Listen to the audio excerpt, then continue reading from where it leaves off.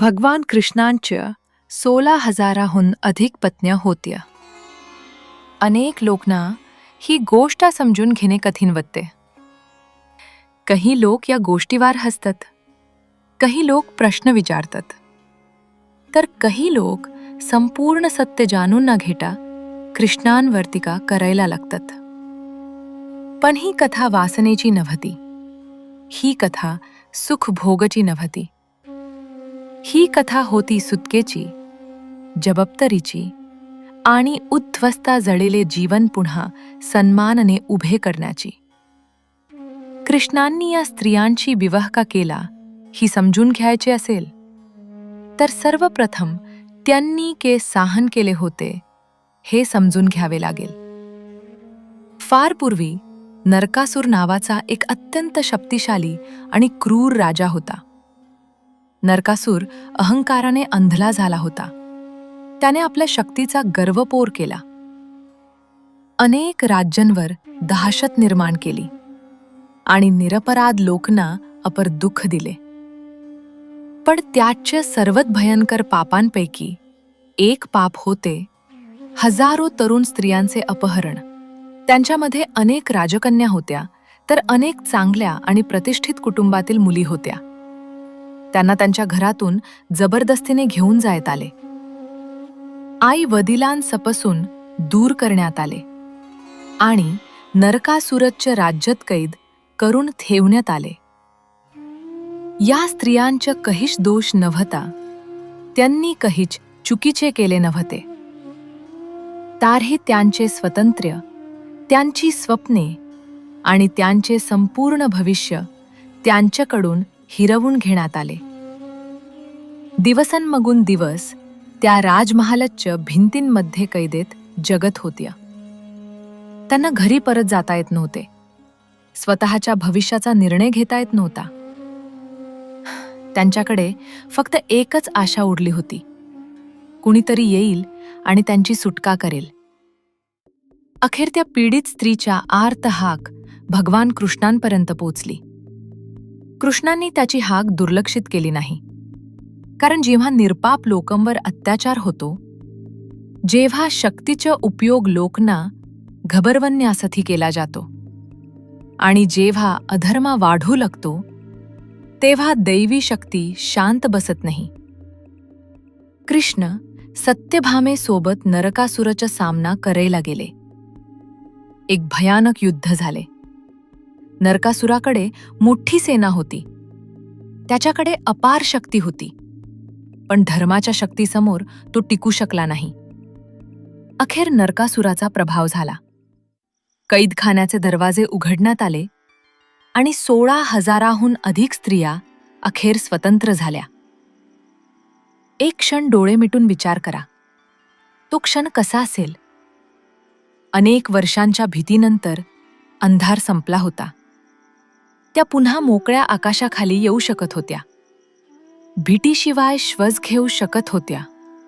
आणि ज्या व्यक्तीने त्यांची सुटका केली, त्यांना पहिल्यांदाच समोर पाहू शकत होत्या. पण त्यांच्या दुःखाचं अंत अजून झाला नव्हता.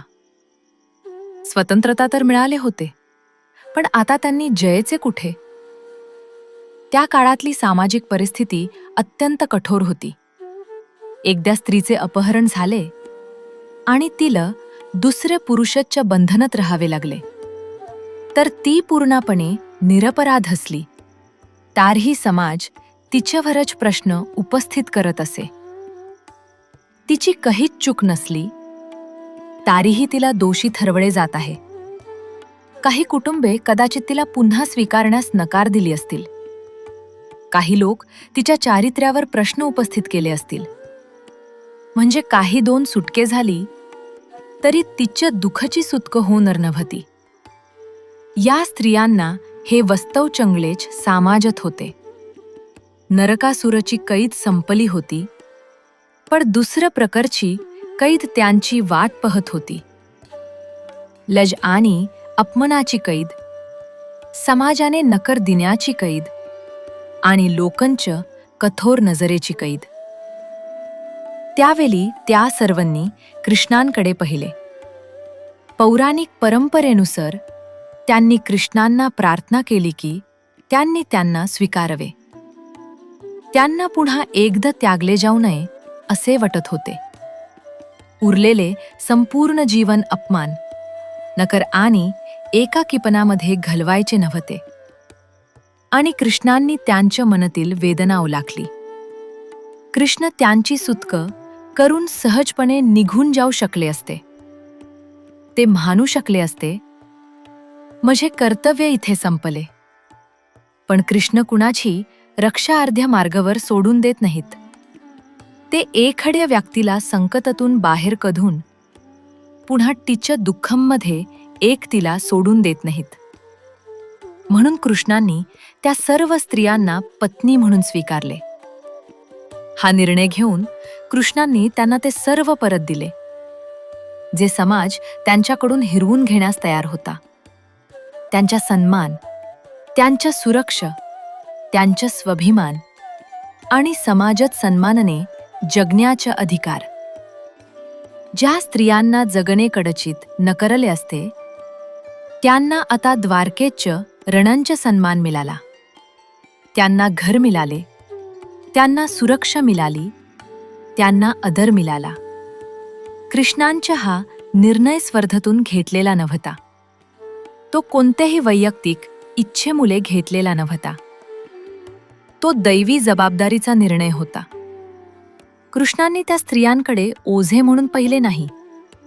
त्यांना कलंकित किंवा तुटलेल्या समजले नाही.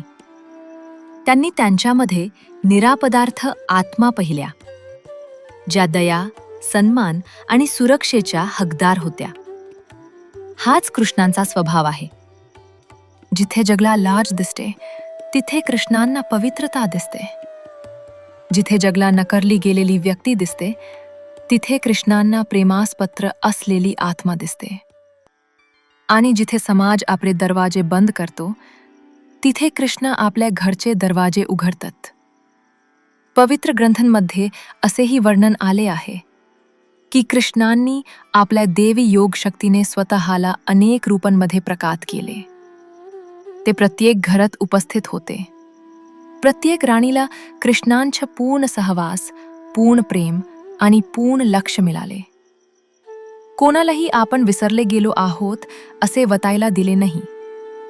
कोणालाही कमी महत्त्वाचे समजले गेले नाही. हे सामान्य मानवी वर्तन नव्हते. हे कृष्णांच्या देवी स्वरूपाचे दर्शन होते. कृष्ण एकच, पण प्रत्येक भक्तासाठी उपस्थित.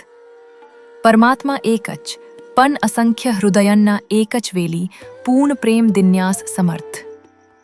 जसा सूर्य आपला प्रकाश विभागल्याशिवाय लाखो लोकांवर एकच वेळी प्रकाश टाकतो, तसेच कृष्ण प्रत्येक हाक देणाऱ्या हृदयाला आपले पूर्ण प्रेम देत. ही कथा आपल्याला शक्तीचा एक महत्त्वाचा धागा देखील शिकवते. काही लोक शक्तीचा उपयोग इतरांना दबावण्यासाठी करतात. काही लोक संपत्तीचा उपयोग फक्त स्वतःच्या इच्छा पूर्ण करण्यासाठी करतात. तर काही लोक आपल्या अधिकाराचा उपयोग कमजोर व्यक्तीला आणखी कमजोर बनवण्यासाठी करतात. पण कृष्णांनी शक्तीचा एक वेगळा अर्थ जगासमोर ठेवला. ती शक्ती जी रक्षण करते, ती शक्ती जी जबाबदारी स्वीकारते, ती शक्ती जी अत्याचाराने हिरवून घेतलेला सन्मान पुन्हा परत देते. नरकासुराने आपल्या शक्तीचा उपयोग स्त्रियांना कैद करण्यासाठी केला. कृष्णांनी आपल्या शक्तीचा उपयोग त्यांना स्वतंत्र करण्यासाठी केला. नरकासुरने मनुष्यांना वस्तू समजले. कृष्णांनी त्यांना सन्मान दिला. एकीकडे अधर्म होता तर दुसरीकडे धर्म होता. म्हणून खरा प्रश्न हा नाही, कृष्णांच्या इतक्या पत्न्या का होत्या?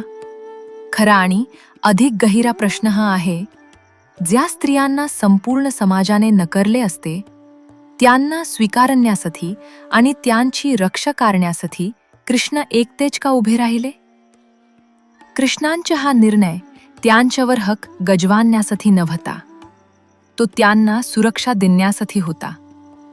तो सुख भोगासाठी नव्हता. तो अन्यायाने उद्ध्वस्त जळलेले जीवन पुन्हा उभे करण्यासाठी होता. या कथेचा अर्थ असा मुळीच नाही की सामान्य मनुष्याने स्वतःची इच्छा योग्य ठरवण्यासाठी या कथेचा आधार घ्यावा. कृष्णांच्या कृतीला त्यांच्या दिव्यत्वापासून, त्यांच्या करुणेपासून आणि त्या स्त्रियांच्या असाधारण परिस्थितीपासून वेगळे करून पाहता येत नाही. या कथेची शिकवण ही नाही की कोणीतरी कृष्णांच्या विवाहांच्या सांख्याचे अनुकरण करावे. खरी शिकवण ही आहे की आपण कृष्णांसारखे निरपराध लोकांच्या रक्षणेसाठी उभे राहावे. ज्यांना समाजाने नकारले आहे त्यांच्या सोबत उभे राहावे. त्यांच्या वेदनेमध्ये आणखी लाज भरू नये, तर त्यांचा सन्मान पुन्हा परत द्यावा. आणि आपल्याकडे जी काही शक्ती, पड, संपत्ती किंवा सामर्थ्य आहे त्यांचा उपयोग इतरांच्या सेवासाठी करावा. कदाचित तुमच्या जीवनात देखील अशी एक व्यक्ती असेल जिच्याबद्दल समाजाने अन्यायाने निर्णय घेतला असेल. कदाचित अशी एक व्यक्ती असेल जी आजी अशा वेदनेचे ओझे वाहते आहे ज्यात तिची कडीच चूक नव्हती. कृष्णांचा आदर्श आपल्याला एक प्रश्न विचारतो, आपणही त्या व्यक्तीला नकार देणार का? की आपण तिच्यासाठी दया, आदर आणि आशेचे कारण बनणार? कृष्णांच्या 16,000 पत्न्यांची कथा कलंकाची कथा नाही. ही आपल्याला आठवण करून देणारी कथा आहे की दैवी प्रेम जखमी आणि तुटलेल्या व्यक्तीला कधीच एकटे सोत नाही. जेव्हा जगाने त्या स्त्रियांकडे पाठ फिरावली तेव्हा कृष्णांनी त्यांना स्वीकारले. जेव्हा समाजाने त्यांच्या सन्मानावर प्रश्न उपस्थित केले तेव्हा कृष्णांनी त्यांना रण्यांचा सन्मान दिला. आणि जेव्हा त्यांचे संपूर्ण भविष्य उद्ध्वस्त जडलेले दिसत होते तेव्हा कृष्णांनी त्यांना एक नवी सुरुवात दिली. हीच आहे भगवान कृष्णांची करुणा. हीच आहे धर्माची रक्षा. आणि म्हणून आपण केवळ संख्येकडे पाहू नये, तर या कथेच्या खऱ्या हृदयाला समजून घ्यावे. जर या कथेमुळे तुम्हाला भगवान कृष्णांना अधिक गहिऱ्याने समजून घेण्यास मदत झाली असेल तर तुमचे विचार कमेंट्समध्ये नक्की लिहा. व्हिडिओला लाईक करा आणि सनातन धर्मातील असेच अर्थपूर्ण कथा आणि अमर शिकवणींसाठी असा हिंदू विजडमला सबस्क्राईब करा. भगवान कृष्ण आपल्याला एवढे धैर्य देवो की आपण कमजोर लोकांच्या रक्षणेसाठी उभे राहू शकू. आपल्याला एवढी बुद्धी देवो की आपण समाजाच्या वऱ्हाऱ्याच्या निर्णयांपलीकडे पाहू शकू. आणि आपल्याला एवढी करुणा देवो की जिथे कोणाचा सन्मान हिरवून घेण्यात आला असेल तिथे तो पुन्हा परत देण्याचा आपण प्रयत्न करू. जय श्री कृष्ण.